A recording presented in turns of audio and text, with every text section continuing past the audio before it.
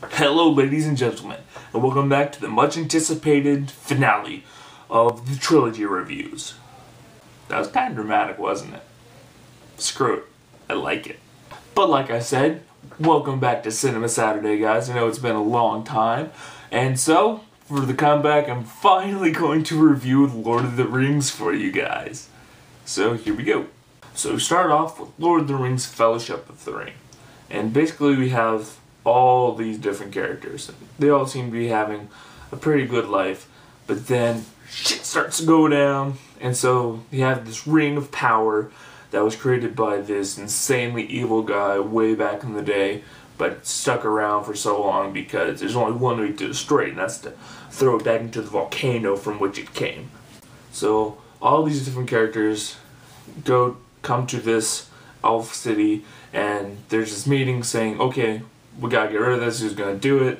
Then this hobbit, played by Elijah Wood, says, okay, because while everyone's arguing, blah, blah, blah, blah, he's like, okay, I've carried it this far, I've carried it to the elf city, I'll do it. So, a bunch of these other characters are like, okay, but I'll come with you to make sure you're safe, because hobbits are tiny little things. But of course, things have to go wrong.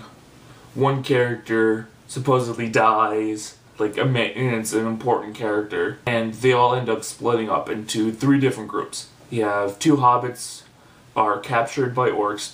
The two other hobbits go off on their own to take the ring to destroy it. And after another one of their companions dies, the human, the elf, and the dwarf are going to go after the captured hobbits to save them. And then we enter the two towers. The man, whose name is Aragorn, the elf, Legolas, and the dwarf, Gimli, are going after the two captured hobbits, Merry and Pippin. And so they're still following their trail. And then the other two hobbits, Frodo and Sam, they end up meeting up with this creepy thing called Smeagol, or Gollum, whichever. It doesn't really matter. It's his name either way. And this creature says that it'll show them the way to Mordor, which is where they need to take the ring to destroy it. But Smeagol has this past with the ring. He had it for a very long time, and it's poisoned his mind, and he's obsessed with it. So throughout all of this, Sam is very wary of having Smeagol with him, because he knows that in the end this isn't going to go well, because Smeagol's going to try and steal the ring and kill Frodo and Sam. It's not going to be good. And as always, things can never go right. Frodo, Sam, and Smeagol end up getting captured by this band of men. Aragorn, Legolas, and Gimli end up coming to this site where they think that Merry and Pippin are dead, until they do a little bit of investigating and they find out, oh no, they're still alive somewhere, blah blah blah blah blah.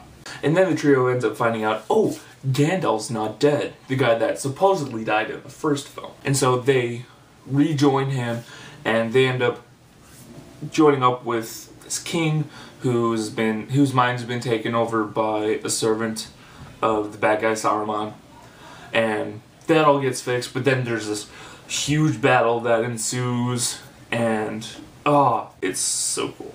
And so that's actually basically pretty much Two Towers. And so we have Return of the King.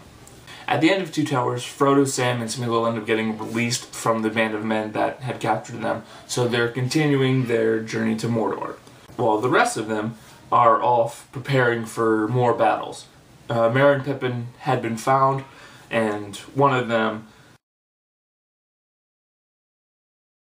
steward of Gondor, which is where Aragorn is originally from, and he's actually the heir to the throne of Gondor, which makes him the titular character of Return of the King. Needless to say, since things aren't done yet, there's a bunch of battles that ensue. It's so awesome. Smeagol goes through this little plan of getting rid of Sam, which ends up working for a little while. Then he tries to get Frodo killed in this cave by this giant frickin' spider in order to get the ring and have the ring back for himself. But that doesn't work all too well. And then it seems like Frodo's all alone on his journey, so he starts going off. Then stuff happens, not gonna say what, he gets paralyzed. Then Sam comes back, and they finally meet up once Frodo awakes, and they're in Mordor. So now it's just a matter of getting to Mount Doom, which is where they need to put the ring to destroy it. And so, while everyone else is out doing battle and preparing for battle and everything, Frodo and Sam are making their way through Mordor to Mount Doom, and right when they're really close, Smeagol comes back, it's like, and so they have a little fight, but then Frodo ends up getting all the way into Mount Doom, and he's ready to throw it in, but the thing is like, yeah, screw it, I want to keep this thing, so he puts it on, he's invisible for a while, but then Smeagol comes up and knocks Sam out, and then Smeagol and Frodo end up fighting for a little while, and Smeagol actually ends up getting the ring in that kind of way. If you've seen this, you know what I mean. And so those two fight for a little while to try to get the ring, then they fall over the cliff. But Sam saves Frodo. Smeagol just plummets with the ring into the lava, and that's the end of it. That's the end of it for Smeagol and the ring. They run out of Mount Doom before it explodes, and everyone starts to think, oh crap, they must be dead now, because they see Mount Doom just exploding and they're at the gates of Mordor having another battle. But then Gandalf comes back with the Eagles and gets Sam and Frodo, and after like 5 endings later, it's a happy ending. Sam and Frodo say their goodbyes while Frodo goes off with the elves into the horizon. Yeah. And that is The Lord of the Rings. I'm gonna say this right now. Best freaking trilogy ever. I swear to God, best trilogy ever. And for all of you naysayers are like, why couldn't they just taken the Eagles to just put the ring in Mount Doom just right away? Okay, that's a good question. And here's the answer. Because the Eagles aren't the taxis of Middle-earth. They don't meddle in the affairs of man, and they only help out when they see fit. So yeah, you all can shut up now. This entire trilogy has just an amazing cast throughout each of the 3 different films. I mean, oh man, where to begin? You guys get my point. Peter Jackson, oh my god, Peter Jackson, he did such an amazing job with these movies. And it just builds up so much anticipation for The Hobbit. And if you haven't, the trailer for that's already out. So look that up when you can, because oh my god. Now, all these movies are fantastic on their own. I mean, like, how they were released in theaters.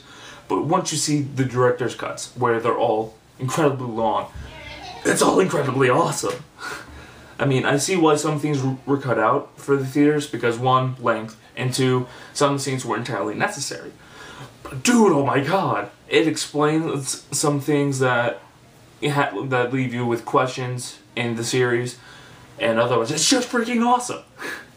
So if you can, and if you have like an entire day to spare, watch the director's cut, because it's incredible. Extended films rule. So that is my review of Lord of the Rings. Finally, I know. You guys want me to watch a movie? Leave it in a comment below.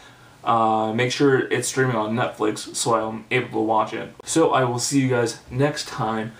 And yeah, I'll try not to make it such a huge gap between these ever again. No promises though. Alright, bye.